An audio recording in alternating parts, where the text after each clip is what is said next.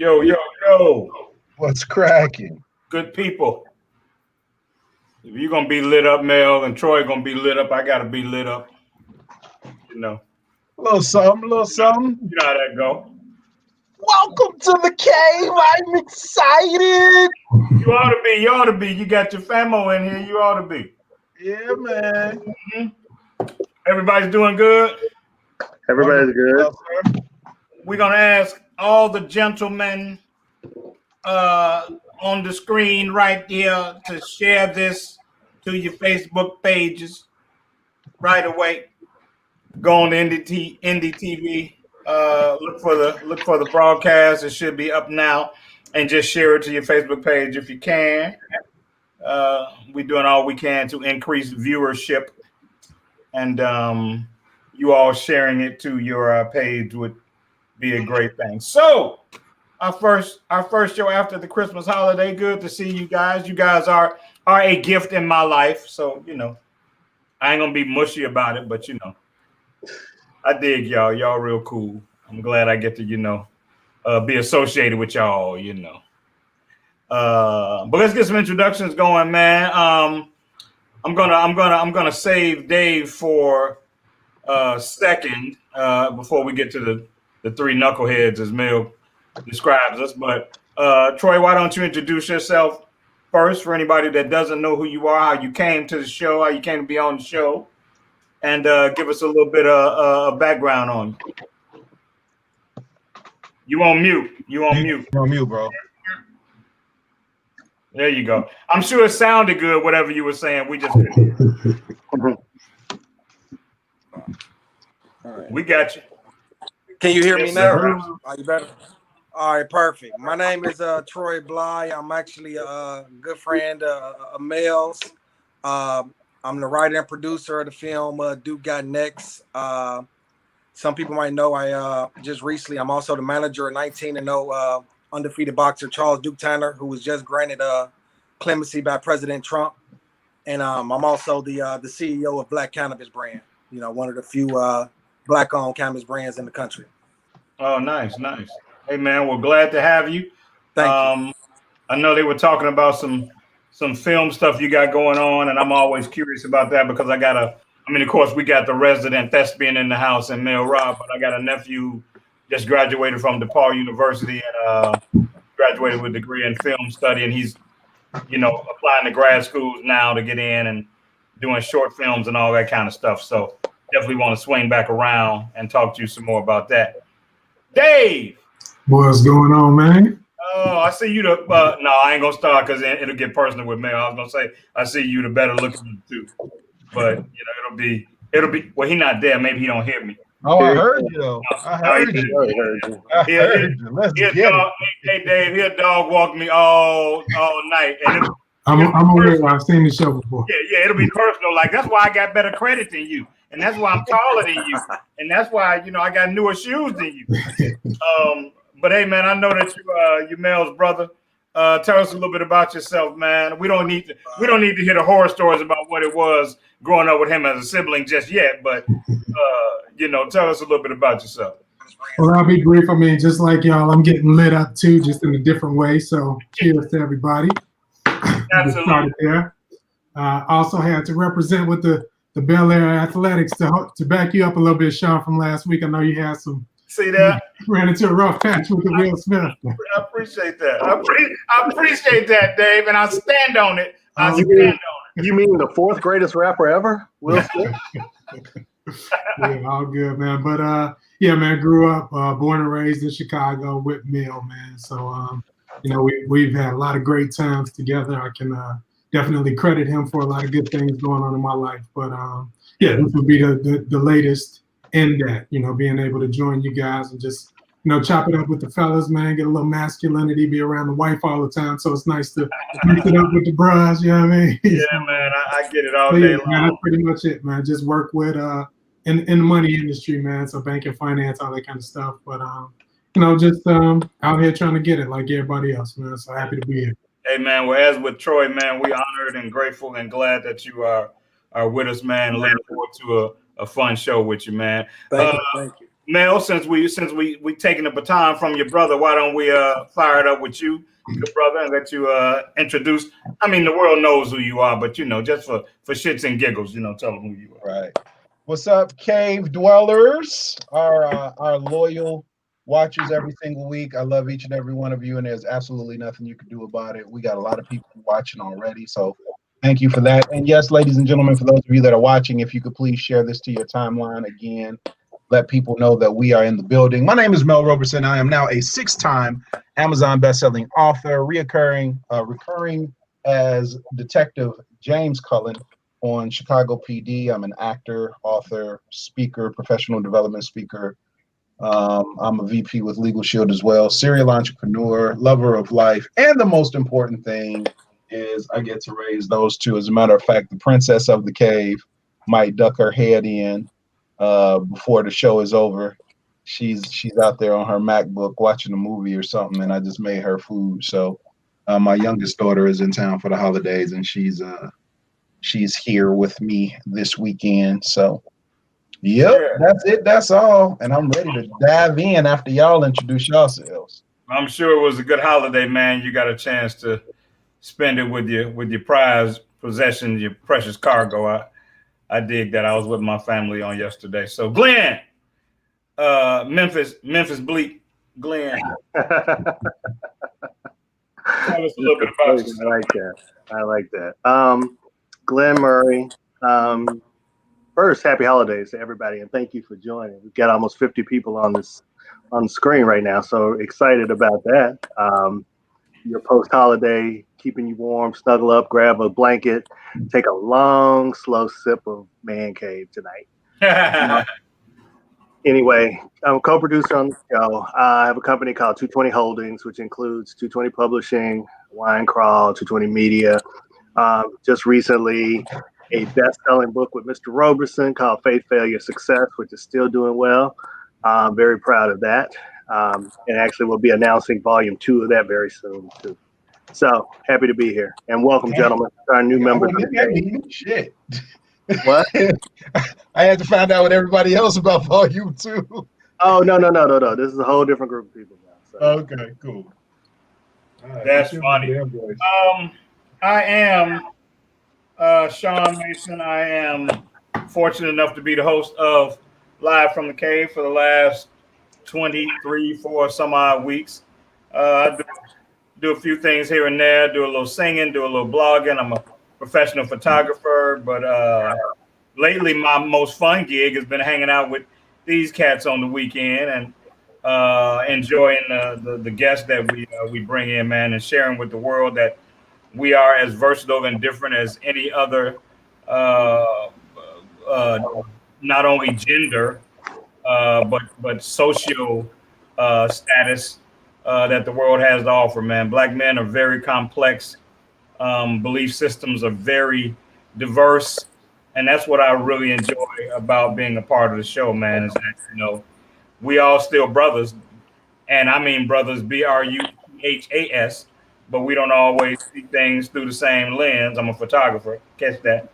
And it's just fun to explore that, man. Fun to explore that. So I'm gonna jump right on Troy, because like I said, when I logged in, they were talking a little bit about some of your the stuff you got going on the filmmaking side. It sounded like, and so I'd love to hear some of that if you would share with us what you got coming up in 2021. I think Oh yeah, man. Well, first of all, again, gentlemen, thanks again for allowing me on the show, man. I'm really excited. I watched it and now to be a guest on it, so I'm definitely thankful for that. So I got actually, I don't know if any of you guys tuned in yesterday afternoon to the PBS NewsHour. Actually, I produced a segment on the Christmas special they had on the boxer Charles Duke Tanner that was granted clemency. So actually, I produced that show that was on live TV last night. But so I'm the writer and producer of the film Duke Got Next.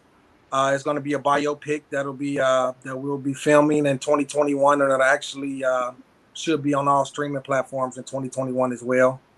And then we also have a documentary behind that project. So that's one of the big projects I'm working on, along with a few other TV and film projects as well. But That's the main one that we've been working really hard on. Man, I got over 4 years into creating this project. We actually started writing the script in the film while Duke was still incarcerated. So the whole time, so I'm actually his manager as well. So I was fighting for his freedom the whole while we were writing the script and putting this thing together. And we believed it. We knew that we was gonna shock the world. I've been telling everybody for years that he was gonna come home. You know, we basically had like a 1 in a million shot, and we hit it. So we hit the lottery when it come to freedom. So we hit the freedom lottery, and you know, right before the election. So October 21st is actually when Duke was granted clemency by President Trump. And literally the last 60 days of my life has literally just been a movie, man. We've hundreds of, you know, publications, every major media outlet you could think of. We've been, you know, getting him ready for that and just readjusted back to life, along with and deep negotiations right now to close a huge movie deal with this. So God is good, man. It's, you know, I'm living a dream right now. You know, just a lot of hard work paid off, and now, you know, I'm here in the cave. You know, I'm here with the fellas, so it's a blessing. Actually, Mel is one of the actors in the film as well, so he been with me, man. You know, since day one of working on this project, when I first came to him with it, you know, he loved it, and you know, we never looked back, and you know, helped me tremendously with the project. Did some writing. Did some writing on it, man. We got Yeah. some spoken word on it, man. We got a lot of stuff. So this is a major film. I can't, you know, leak some of the names yet, but you know, we do have A-listers attached to the project, and you know, we're hoping for Film of the Year. I think that this is a film that, you know, we definitely have an Oscar contender, and you know, we're fighting real hard for that. So we're pushing already for Duke Got Next Film of the Year. Hey man, well look, kudos to you on two fronts, man. Not only your ambition when it comes to the whole filmmaking thing, because I look at that and I know, you know, I'm fortunate enough to know people that are involved in it. It's such a massive thing to me. I can't even fathom it. Like when they say, you know, how do you eat the elephant one bite at a time? Like that thing just seems so massive to me, man. So kudos to you for your ambition and drive. But then more kudos just based on what your purpose was in terms of trying to bring some justice to this man and get him back into the mainstream of life, man. So, you know, double shot to you, man.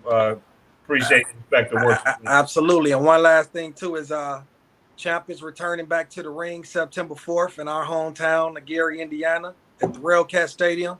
So he's making the biggest comeback in sports history after 16 years. He's still undefeated, 19-0. Getting ready to go to training camp with Terrence Bud Crawford and Bo Mack and them. So he in the top, you know, he in the top training camp in America pretty much. So, man, we still making history as we speak. So, yeah, you know, man, we shocking the world every day, and we fighting every day to get other people back home. Yeah. You know, he just got back from the White House, man, from literally being locked up to dinner at the White House last week for Christmas. Yeah. So, you know what I mean? It's a miracle, man. And so, you know, and last night featured on the Christmas special on PBS. So, man, we living the dream right now. So we working it on all levels. We're excited for you, man. Just know that, you know, everybody on this end is in your corner, man, and hoping the best for you and Duke, man. Appreciate you. Speaking of that, man, you mentioned that he was pardoned by the president. Let's get into some of that, man. The whole pardons thing. Everybody that's been pardoned hasn't necessarily been somebody that was a shining star. Glenn, why don't you weigh in a little bit? You know, I always lean on you for the political acumen. You and Mel, y'all are a little more seasoned than me. Yeah, it's been an interesting week for pardons. So, you know, kind of like, you know, it's one of those things where you and Mel have done something, you know, and I'm like, hey, Mel did it. I wouldn't have. Mel did it. Hypothetically, not saying you guys have broken any laws in the last 24 hours or so. But, you know, it's like I'm saying, well, you know, it's a shame what they did to Shawn. It really is. And somebody needs to do something about it. And so there have been a lot of signals over the last 4 years on, you know, think about it, Paul Manafort, you think about Roger Stone, think about a few other people that were all part of the Mueller investigation. They all got their dog whistles and their little signals to say, you hold out and we're going to take care of you at some point. And this was the payoff. This week was the payoff.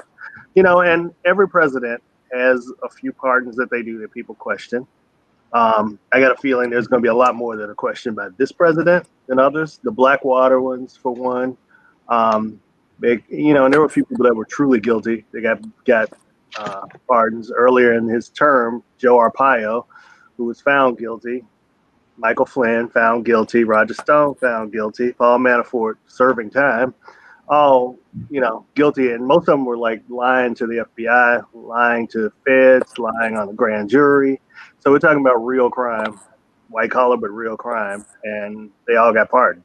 So it's kind of a washing out of anybody that was on his side. He's taken care of, and there's a few other people who deservedly, like Duke, who deservedly got a pardon too. So I'm not saying that it's all bad, but there's a lot going on. The news is going to be about the people that were the buddies of the president. It's not necessarily going to be about the Dukes of the world and Alice Johnsons of the world, people like that have gotten pardoned. So that's just kind of how I see it. Right. And let me speak on that also as well. So Duke actually got a clemency, which is a sentence commutation. That's right. what even Alice Johnson had originally got. So yep. that cut him from, that's the immediate release. Yeah. But we're actually still working for a pardon. A pardon to mean he's a fresh start. Like actually in that group, one of my good friends was Weldon Angelos. He was one of the people that helped free Duke as well, was fighting for. So, he was able to get a full presidential pardon. Alice got hers, Angela Stanton and a few other people we know, Topeka Sam, Tyrese Hall. So a lot of good people was actually able to recently just get a pardon. But yeah, Duke's just got a clemency right now. We're working hard every day. So it'll probably end up being under the Biden administration, Lord willing, but we will be able to get a full pardon. So right now, Duke is still under certain restrictions. He can't take, he's still under, he still has a PO right now. Yeah. So he's not all the way, he's free, but we have to get a lot of things, passed. Every time we do a interview or travel anywhere, we have to get permission for that. So, and that's kind of the unfortunate thing as well. It's like some of these guys are able to just go away scot-free, and we got to report just to get permission to go to the White House or just to get permission to go talk to some kids or do everything else. So just to go on there, I just wanted to clear that up. I wish he was, but we fighting for a pardon for him as well. Yeah, I appreciate that.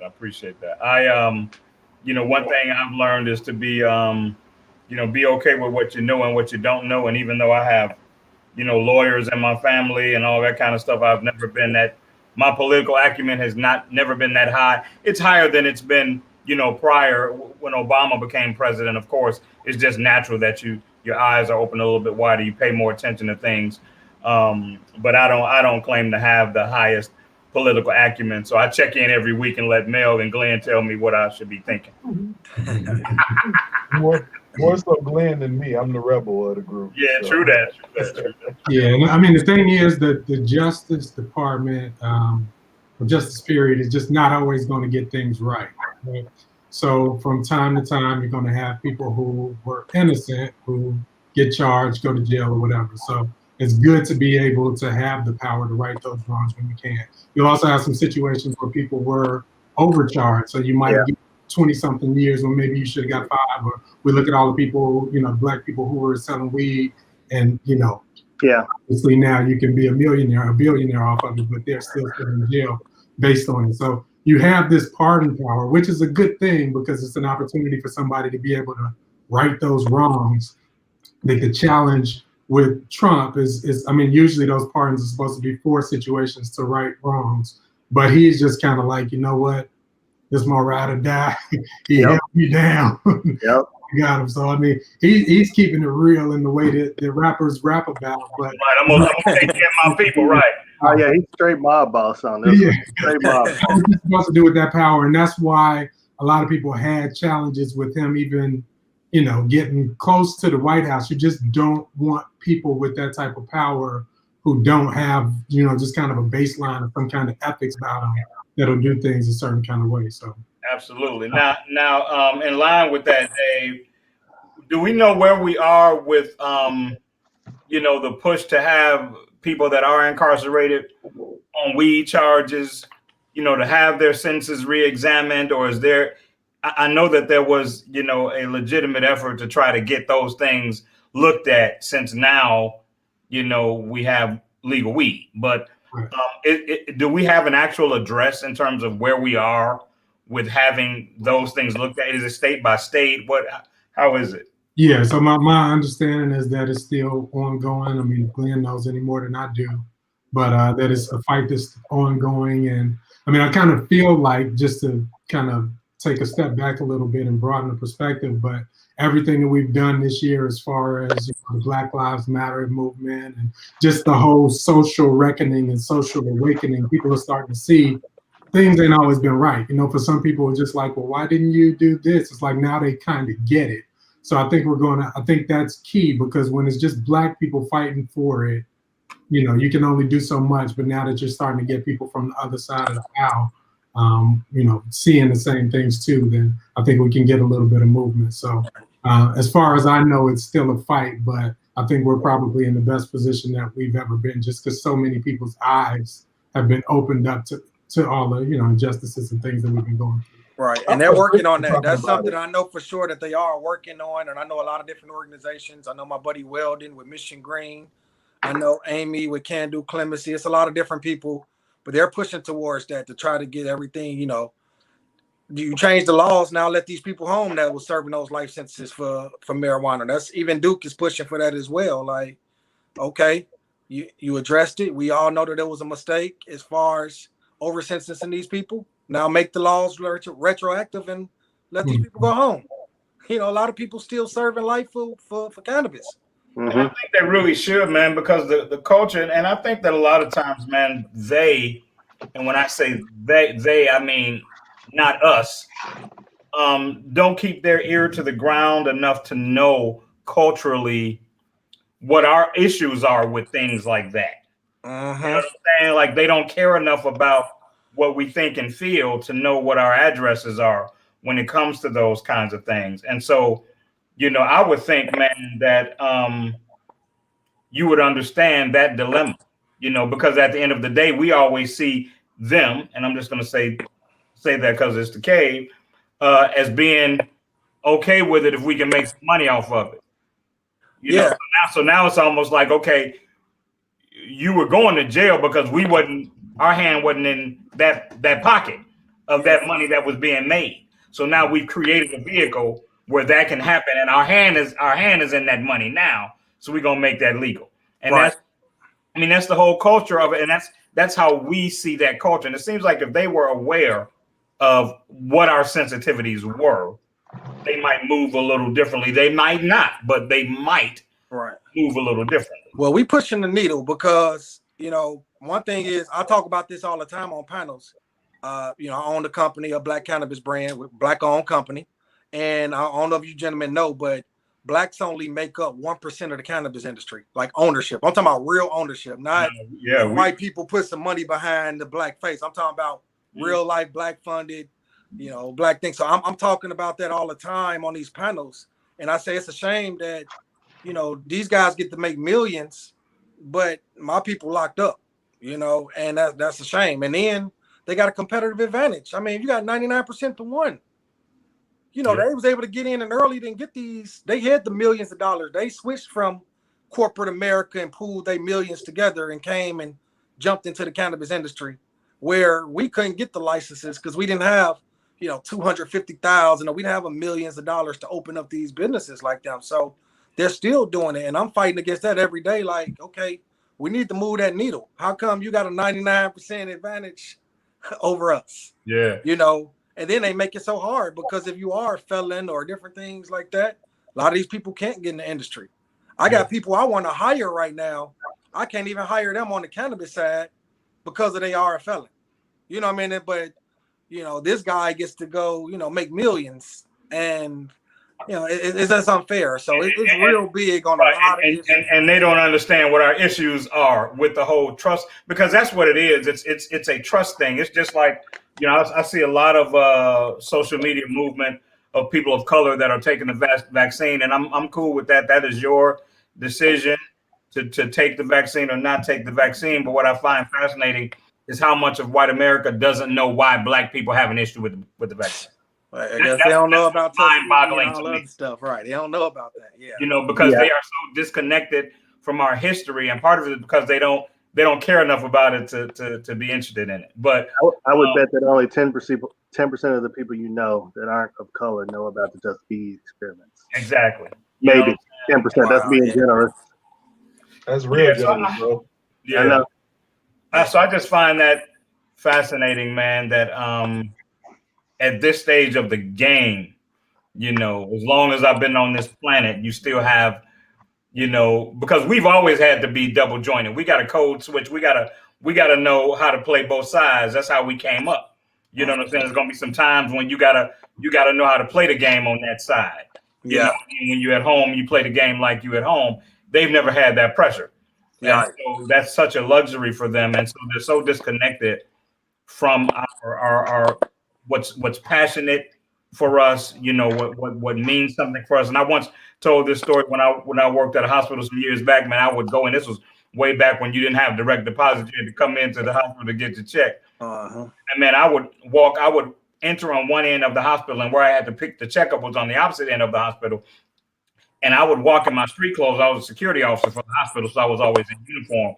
I'd walk in there, man, in my street clothes and walk the length of that hospital past people that I talked to and had lunch with daily who never looked at me, never set their eyes on me, never knew that I walked past them. We'd had lunch the day before, because once they saw a black man coming down the hall at them, they never even cared to set their eyes on him, never even looked at me.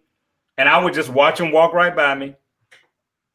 And we had lunch the day before. So the luxury that they have of being so disconnected from us sometimes, man, is bothersome and troublesome. Hey, but you know what though? Be because you had lunch with them the day before, they chose not to.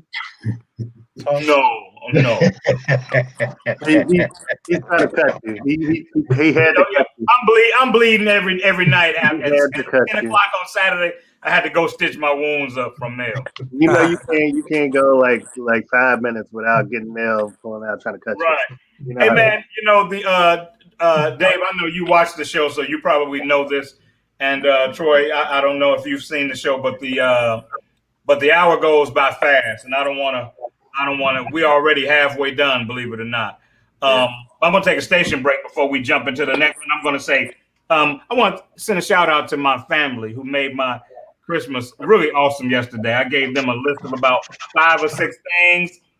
I thought I'd get like 3 of them. One from my niece, one from my nephew, one from my brother and sister-in-law. They got me everything on the list, plus some more. But do you know my sister-in-law somehow found me some Blantons? I have been looking for Blantons for 2 years. Oh wow. And I have decided I got a birthday coming up. I just wanted to flex this and put it in the camera. But I got a birthday coming up. I decided I'm not gonna crack it until my birthday comes. When my birthday comes, then I'm gonna sit with it. But shout out to the Mason family for taking care of me, man, on Christmas, making a single guy who lives alone feel like he was a prince, the prince of the family or something. Yeah, when the world opened back up, you got to introduce all of us to that Blantons in person. Yeah, really. Yeah. Party of town, Only one shot apiece, Dave. I'll take it. I accept.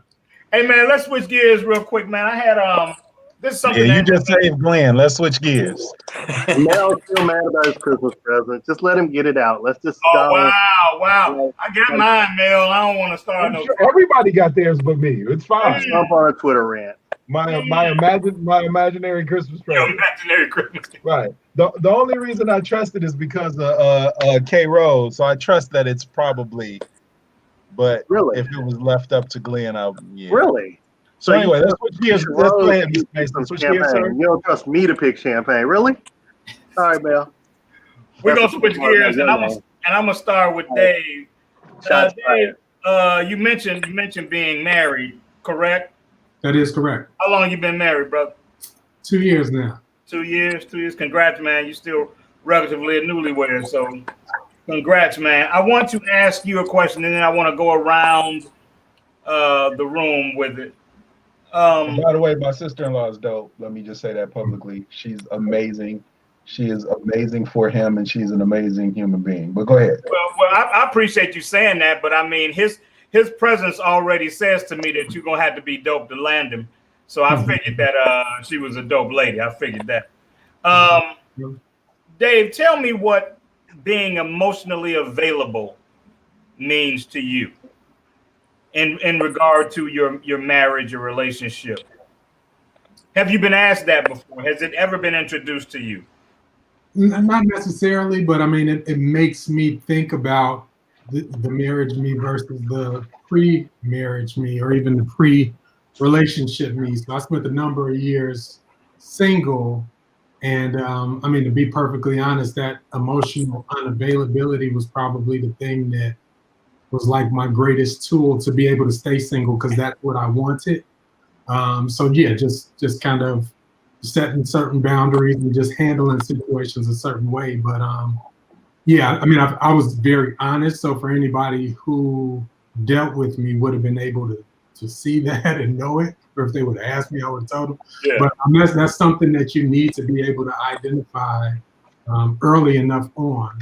And you know, if you're really trying to make a situation something special, that's kind of like a prerequisite. You have to have that emotional availability. So you would say keeping your guard up and limiting the access that the lady has to you from an emotional standpoint. That's definitely a big part of it. And I mean, the way I see it is like, you know, nobody wants to really get hurt, right? That people always talk about, let me stay away from heartbreak and do this, whatever. I always felt like if you really want to experience the bliss and the joy of a relationship, you have to open yourself up to those emotional lows. You can't just stay in the middle and up top. You gotta, as high up as you want to go, you got to be open to going lower. So that's where that emotional availability comes in. Like, you have to be ready to possibly be hurt. Obviously, nobody wants it, but you got to be prepared for it. Yeah, I want to hear from Troy in a second, but it's a catch-22 for sure, man. Because I always say that the more that we try to avoid being hurt, the more we shoot ourselves in the foot, because the reality is you can't get what you're supposed to get out of the relationship unless you own the fact that your vulnerability is going to open you up to the possibility of hurt.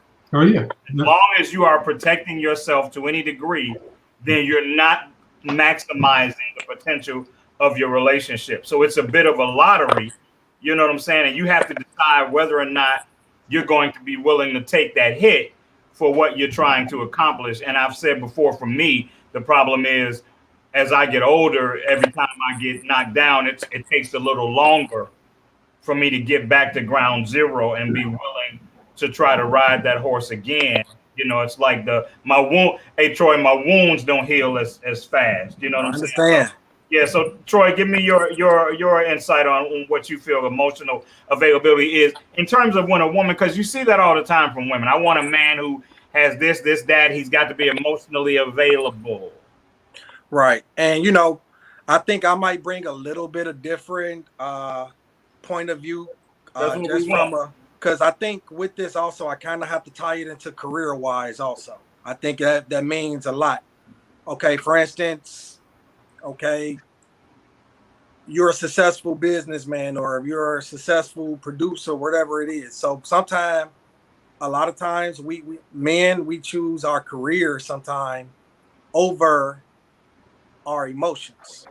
So, you know, just say for instance, I know I'm going into something real big, whether it's millions of dollars, success, whatever I'm working on. Okay, can I leave myself open and vulnerable enough to even want to be emotionally open to a female? You know, you staying at the risk of your focus? As the risk of my focus. You know, that's something that I think is a tough. You know, and I'm just speaking for a lot of people I know, kind of like in Hollywood and some from the entertainment level. It's a little bit different, maybe from the traditional career level, where is every female worth me being emotionally available for them as well? You know, that's a lot of different things we have to speak of. And I know, you know, a lot of guys in our industry, they're scared to get hurt. You know, it's a lot of trauma that goes behind relationships. So it's a lot of trauma that a lot of people have, especially men, haven't healed from, that causes them not to be emotionally available for a female. So I just want to dig back a little bit deeper into this topic just to give a different point of view of that. Yeah. So, yeah. So and you're getting some favorable comments already on the thread, man. People appreciating your take on it. Mel, what do you think about it? So, I don't even have to say much. My brother's on the show. Like, Yeah, right. We still share got a lot of the same ideologies when it comes to that. Like it's a pendulum, right? And in order for it to swing this far in this direction, it has to go this far in the other direction. And that's it. I remember a scene from, was it Patriot? It was either Patriot. Yeah, I think it was Patriot, where Mel Gibson was in the woods with his sons, and they were getting ready to attack the British that were coming through. And he handed him a musket, and he was like, "Remember what I told you?" And he was like, "Aim big, miss big." Right? You know what I mean? Like, don't take the safe shot. You got to take the big shot. And unless you are willing to take those big shots, it's a challenge. And on the availability side too, because this is something that I was dealing with in my therapy sessions recently. Like, I've been attracting or dating or dealing with women that were unavailable in some capacity, like the whole unavailability thing. Like, we talk about emotional availability, but sometimes there's physical unavailability. Sometimes there's mental unavailability. Like, and not that they're crazy or anything like that, but do they literally have the bandwidth in order to sustain, maintain, work on a relationship, or is their focus elsewhere? Just like Troy was talking about, some women are so career focused or career oriented that a relationship might be a good idea, but it's not at the forefront of what they really want. So you have to look at, in my personal belief, all of those levels of availability and see if you coincide. But I think the other part of it is when you really gel with someone and they have an understanding of your drive, your work ethic, and all of that stuff. They have an understanding of your love language. They have an understanding of your emotional intelligence. Then, even if you are career focused, even if you do have big goals, I think having that mate, that partner, that person that supports you in that and understands you at a deeper level will help you get further faster, right? If you want to go fast, go alone. If you want to go far, go with somebody, right? So that being considered, I really think that unison, that partnership, granted that there's availability, there can help get you to the next level. Some of the times when I've really balled out in life and been successful have been when I was either dating somebody seriously or, I had a serious relationship. I've done some amazing things. Now, I've done some amazing things single as well, but I remember the ease of those things when I had a supportive, significant other in my life at that time. And I was the opposite. Mel. I mean, to a certain degree, where, say, if I'm single or broken up or divorced, whatever I went through, like at the time, when I just was, I had my biggest success when I was single or when I wasn't focused on that. And so it's weird. Maybe, Yeah. I don't know. That's a good. It's 50-50. That's a good. Yeah, I never thought about it on that because I know it helps take you to the next level. But then, for me, it was the opposite on a lot of times. I had my greatest success when I didn't have to, when I could just focus on my career and my goals. So I don't know. That's a good. No, I think Troy's right. I think sometimes I would get more laser focused when I was out of a relationship. It forced me to, and maybe it was that I was trying to forget whoever I was in a relationship with, whatever it was, but it was motivating me to be laser focused on whatever I wanted to accomplish. So you didn't have to divide your attention. That's one thing. I didn't have to divide my attention, my emotions, and everything else. I could pour into whatever I was trying to accomplish. Yeah. And so that made it big too. But also, I definitely admit I had plenty of walls up when I was younger. I had walls. I had a moat around the walls and a dragon in the moat. Alligators.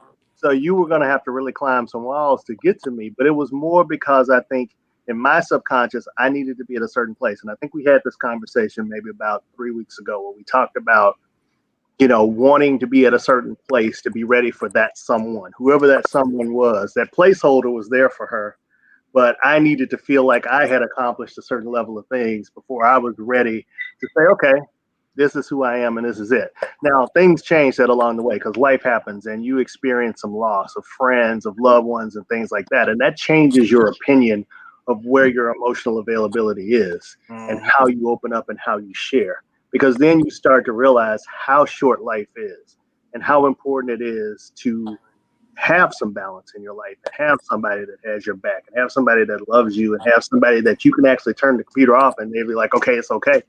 You know, you've worked hard today and you need to just chill now, you know, and that means a lot. Before, when somebody would tell me that, I was thinking they just wanted more attention, and I took it a whole different way. I listen differently now because of that. So you just become a different person as you mature and understand that your emotions aren't a weakness. Your emotions are your strength. Your emotional availability is part of your strength too. So, you know, it's different. So There's Mel's daughter. the princess of the cave is here. This is Ray. You see your uncle. I know that young woman. Yeah. I asked her to just pop in and say hi real quick.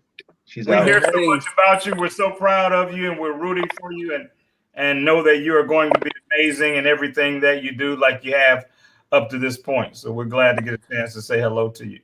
Thank you. And the world is watching you too. Say hi to the world. Right.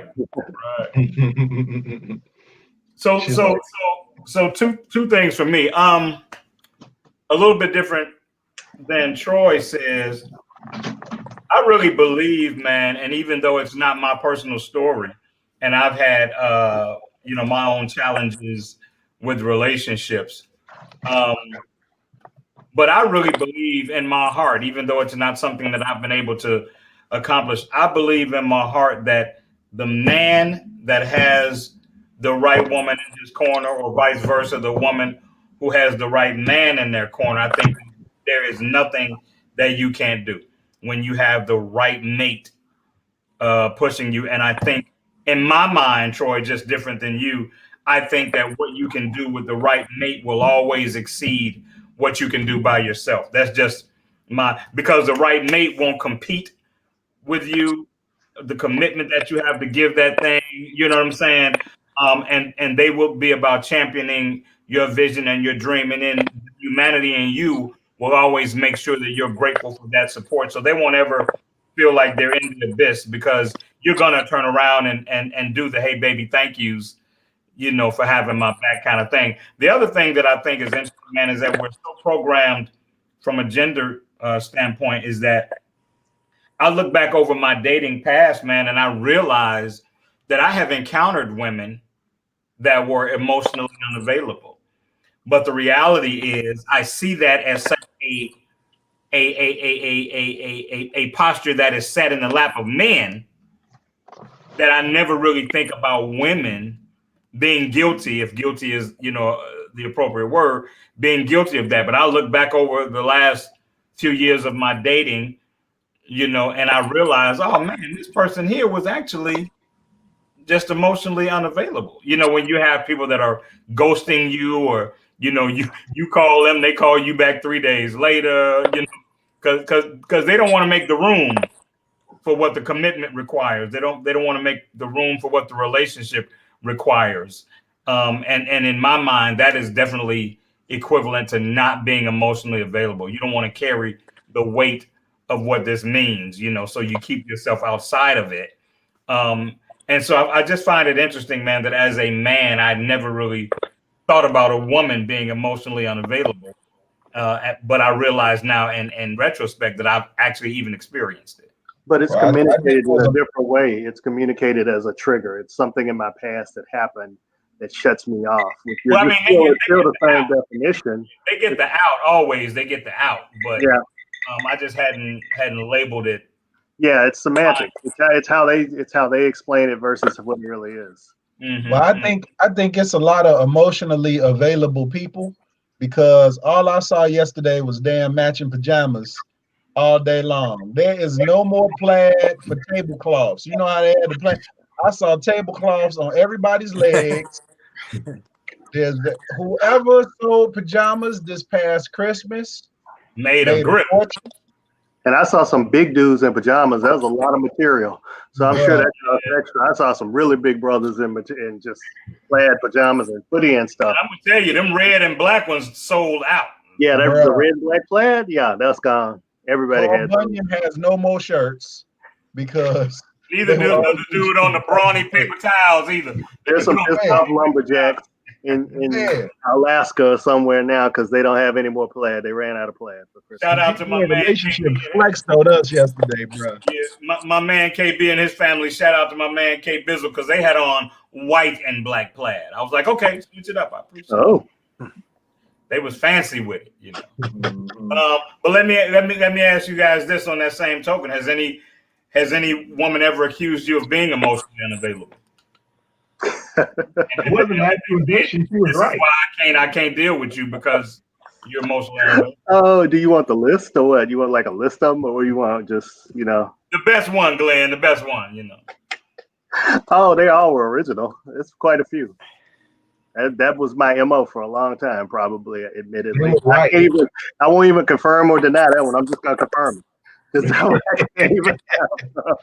And you know what they said to Glenn? You know what you did. Yeah. There's a woman cave show somewhere where somebody's like, you know what you did. I think the difference becomes culturally, the way we kind of are programmed is that, a woman will decide that you are worth her trying to undo your programming. Because they have that maternal instinct kind of caring thing. And so sometimes I think they can be a little misguided with it because what they really believe is that they can change you into what they want you to be. Whereas I don't think men are too much like that. Men are like, okay, you broken in this way. I can't deal with you being broken in this way. I'm up. So I think that's one of the unique challenges that is gender specific with us. Because a lot of the stuff, man, I don't buy into us handling differently as genders. I think most issues are just human issues. And then your temperament determines how you handle it, because I think I'm a man with a more feminine temperament in the sense that, I'm not as detached as men are always accused of being. I'm a little more observant, a little more hypersensitive, a little more aware of what your sensitivities are. I wouldn't take that as feminine, bro. I would just think that your emotional intelligence is higher. Yeah, you know what I'm saying? That's not a masculine or feminine thing. That's just somebody that's in touch with an emotion, or your emotional awareness is there. Yeah. You know what I mean? And that's all that is, bro. That's not a feminine thing, and there's absolutely nothing wrong with that, bro. Yeah, your emotional maturity really determines your emotional availability. Honestly, it's where you are on the scale of maturity that tells you what your availability is going to be, or dictates your availability. Yeah, that was actually good. Huh? Glenn, that was actually good. What you just said. Write that down. Every now and then. Next book. Put it in the next book. Voice. You use that in one of your smart coaching things. That's interesting that you all are saying that. I feel like I'm still in a space where I believe there is a difference between men and women and masculine versus feminine as far as the emotional handling of things versus the logical handling of things. And not that, all men are all logic and all women are all emotion, but those are sides that we kind of tend to, gravitate towards or work from a default of. And I feel like that logical piece for us can sometimes determine our emotional availability and what emotion we, inject in a situation or we use to navigate a situation. So, to what Shawn was just saying, if he's able to tap into that emotion more so, maybe that could be the feminine. It's not necessarily anything wrong with that either. We all have both sides, just to different extents. But I feel like that logical is more on the masculine side, and something I identify with, to be honest. Yeah, and I think that there's that programming, Dave, that we fall into, and I'm glad that the brothers gave me the emotional intelligence, a description of it, because I had just put it in the feminine bucket. You know what I'm saying? But it made me think of something. I had my head down because I was trying to find something that somebody sent me a couple of days ago.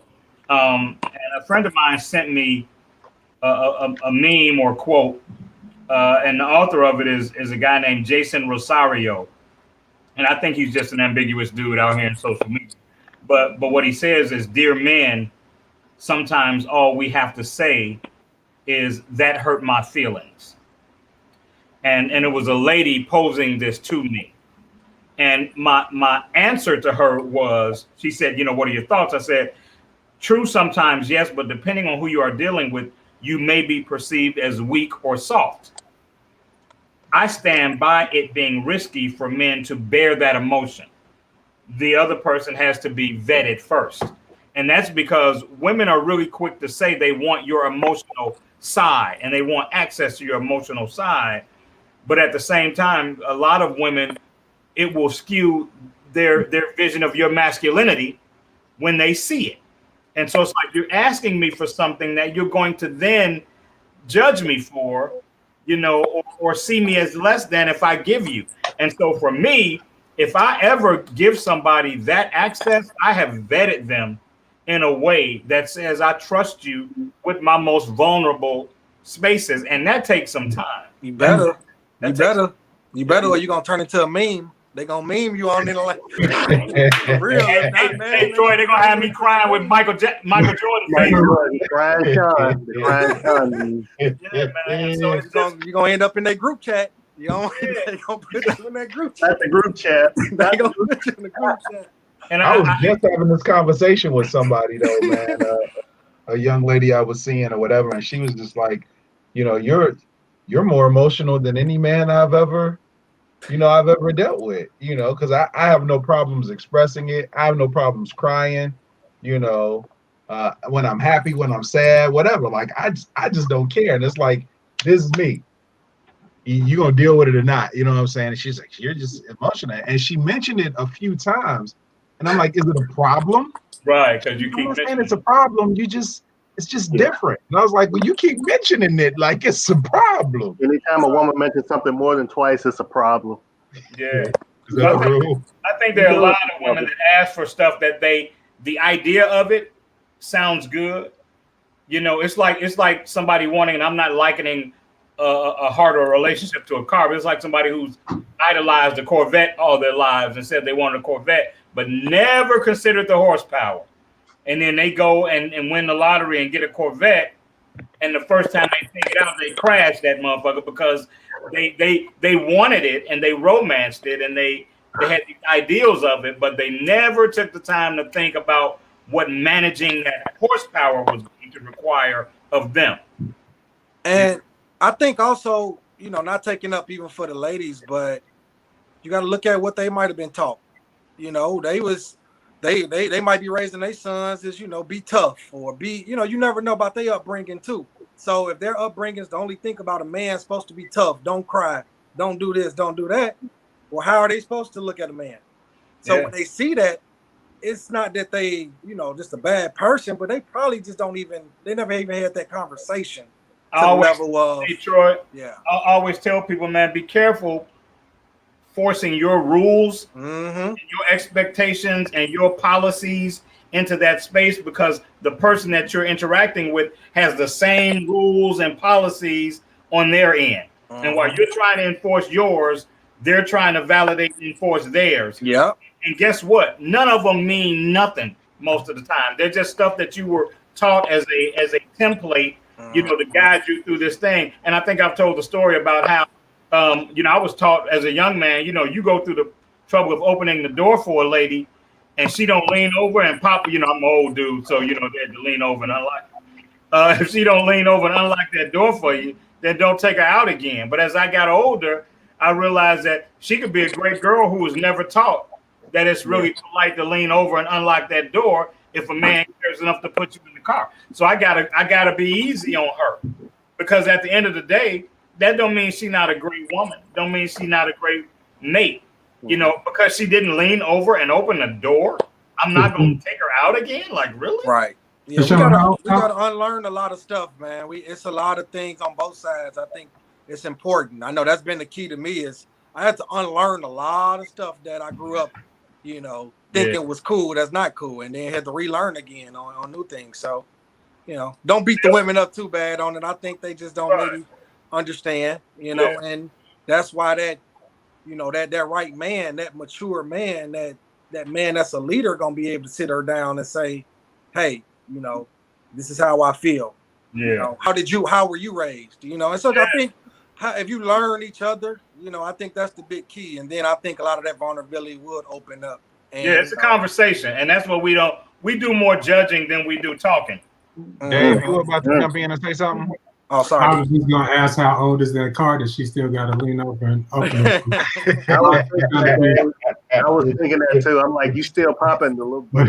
That 78 Bonneville. The newfangled car, Shawn, we got automatic locks. We got That's these 74 Ford Maverick. There you go. All right, so we got 4 minutes left, fellas, and in typical fashion, I'm gonna spring something on you. There you go. Shawn gotta run to the women. Shawn's gotta run to the refrigerator. Your brother, man. So occasionally we do a playlist, and we never put that last playlist out. I don't even know where that list is. It might be on my desk somewhere because I never created the playlist. Something happened after the show. So if you were writing the songs down too, Glenn, but this time I'm gonna write it. I'm gonna post it on my board. So gentlemen, we always do not always, but occasionally we do a playlist. I either give a genre, a topic, or something. We've done slow jams. We've done rap songs. We should have did one last week because we did the Mount Rushmore hip hop Mount Rushmore hip hop. So we should have did one last week. But this week, because the holidays, no matter what you celebrate, are about feeling good, right? So I just want you to give me 3 feel-good songs. Like when you hear it, you're like, man, this is a feel-good song for me. You know what I mean? So I'm not going, doesn't matter the genre. It could be a group. It could be individual. Doesn't matter the genre. Just 3 songs that get you going. Gets the people going. And I'm going to start off. I'm going to let you, because Shawn needs some time. I do. Man, why you? But, to show you how Robersons move, all right, to show you how Robersons move, I'm just going to go to my brother first because I know he's going to give me 3 feel-good songs. So, Dave, just give me 3 songs, 3 feel-good songs, bro. So I'll go with Shay Shay LaFar's one, and that goes all the way back to growing up. I always loved that song by Dr. Buzzard, original Savannah Band. Have to go with Baby I'm Scared of You by Womack and Womack. That was one of those joints. I went out to FAMU for college, but whenever I came back, it was, that and Freaky Motherfuckers that, when you're in the club, it just feel like I'm back home and it's going down. Those are the first 2. Last one, Don't Judge Me For It, but I got to go with my man, Big Guwap, Gucci Mane, Wasted. It's just one. Lifestyle might don't make it. That's my joy. Automatic. So yeah. Hey, Shawn, you can do all Will Smith's greatest hits if you want. It's okay. You could do all Will Smith, Shawn, because he's on your Mount Rushmore. I love you. You can have my back on this. You can have my back on this. Stop. Raj, stop, please. Stop. I appreciate you, Dave. I appreciate you. Troy. Man, let me see. I'm a little younger, but I like to go with Lifestyle with Young Thug and Rich Homie Quan. Lifestyle. Yeah, that's right. I do a lot of reflecting on that, make me feel real good. Nipsey Hussle, Real Big. I definitely, man, and I'm living that song right now on a lot of stuff. And my new song that I bump a lot and I do a lot of writing to right now is from Wale, Sue Me. Sue Me, I'm rooting for everybody that's black. Like that song, I'm doing a lot of writing to that. So them my 3. Okay, that's a good one, man. All right, Glenn, because we know Shawn needs more time. I'm ready. So whenever. Would you like to defer to Shawn, Glenn, or would you like to go? I'll leave it up to you. Let me go because I hope I steal one of his and then make him all confused. Absolutely. Go ahead, Glenn. All right. So the first one, the one that just gets me up from when I first moved to Chicago way back in the 90s, just hearing this at a club, All I Do by Stevie Wonder. That should get up and go morning song. All right. Staying with the club days, Everybody Wants to Be Somebody. About who? Everybody. Yeah, that one. Somebody. Now that's gonna be hard to find. No, you can find it. I downloaded it off Apple one time. Okay. I'll tell you who did it. I'll tell you where I found it. I'll text you. Okay. Everybody. All right. And then that's my joint. That's actually What's the name of the group? Hold on. I just played it at a party. You played it at my party. You played it at my boat party. It was on my list. Yeah. Okay. Give me the third one. We'll get it together for the list. All right. The third one is new. This is my song. This is my Let the Top Down on the Car and Just Roll song, Boss by Jay and Bay. Dog, that's my alarm that I wait when I set an alarm to wake up to. That's my alarm song. I love that song. That's a good Yeah, one. that's that joint. The G Rose theme song. Okay, Shawn Mason. Hey, my girl Lori said, "I Want Your Love" by Chic. That's a classic. That's a good one. Good one, Lori. Good one. Are you put that on there? That's not mine. No, that's not mine. Yeah. Giving us some love. Okay, so my first one, like if this, I will run from the bar, especially if it's a party at the Noob side. I'll run from the bar. Nope. Bad Girl. Usher. Oh yeah, that's it. Yeah, I lose my mind. That's that one. That And song. you're gonna get some action on that one. Right. What you know about a supermodel? I said, oh, yeah. Hey. My second one, I know you can find on Spotify because I've downloaded it. It's the house mix version of "You Make Me Want to Dance," with Marvin Winans singing lead. But it's if you need the actual title for it, I'll get it off Spotify and get it to you. But I think it's called "You Make We Me do Want an to Dance." Apple list and we do a Spotify list. So hopefully Apple has it too. Yeah, "You Make Me Want to Make Me Dance." Wanna Dance? Yeah, remix with Marvin Winans singing lead. And then my third one is "Hate It or Love It" Gang. Hey, yeah, that's a good one. Oh yeah, that is nice. Yeah. I would not have expected that from you, Shawn. See there. I know he looked gangster. Wow. Gangster came out. He like. I mean, hey, Dave, and I like Will Smith. You know. There you go, man. I just knew "Summertime" was gonna be on there, or Actually, that's Summertime needs one to of be on mine. there, to be honest. Summertime Will Smith. "Summertime" is a classic. I give Like, it- dog, that joint right there. Brand New Funk is better, but "Summertime" is the classic. Brand New Funk is Will actually showing his skills. With that in mind, rest in peace to John Fletcher. Yes, ecstasy. Yeah. There's a song called "Summertime Anthem" with Chubb Rock. Can I and give Eric my Roberson. songs? Oh, my John? bad. Dang. Give them an inch, they take a mile. I feel like Rodney Dangerfield. I don't get no respect. All right. So "Summertime" Will Smith, because that is one of those joints, man. Timeless. Right? Before I let go, Frankie Beverly and Mays. Oh yeah. Okay. Yeah, man. That is my joint. The third one is kind of difficult. Like I had a toss up between a couple of songs, but because I wanted like "Summertime" I guess is a real rap song, but one that does it for me without question, and I could play back to back to back. "Put Your Hands Where My Eyes Can See." Busta Rhymes. That's a good one. Drum beat, dog. When that came out, oh my god, and the video. So, yeah. That's the jam. That is the jam. That's good All stuff. right. We got a list. Okay, and so I would like, because we have 15 songs, but we do have 2 producers that are behind the scenes. If Keisha would like to give songs, I am open to that. If she doesn't, that's fine. Or if she only wants to give one, she doesn't have to.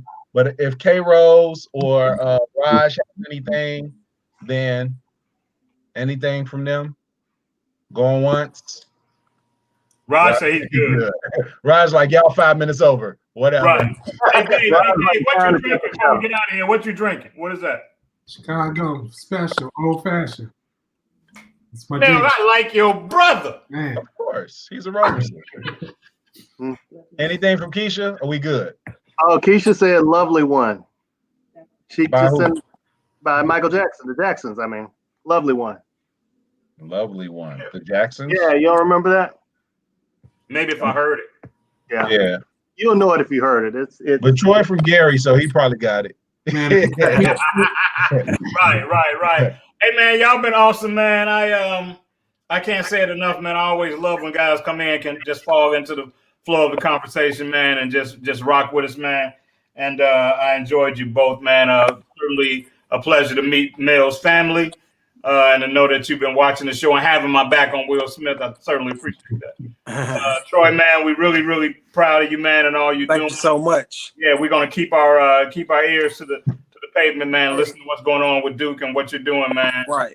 And the best. You got a website or something you want to share with us? Yeah, well, actually, too, man. Next time on the show, man, you got to let me know. I'll send all you guys some premium. I don't know if you partake in cannabis, or I'll send you a CBD pre-roll, whichever one you prefer, or a vape pen or something, man, so we can all take a puff together.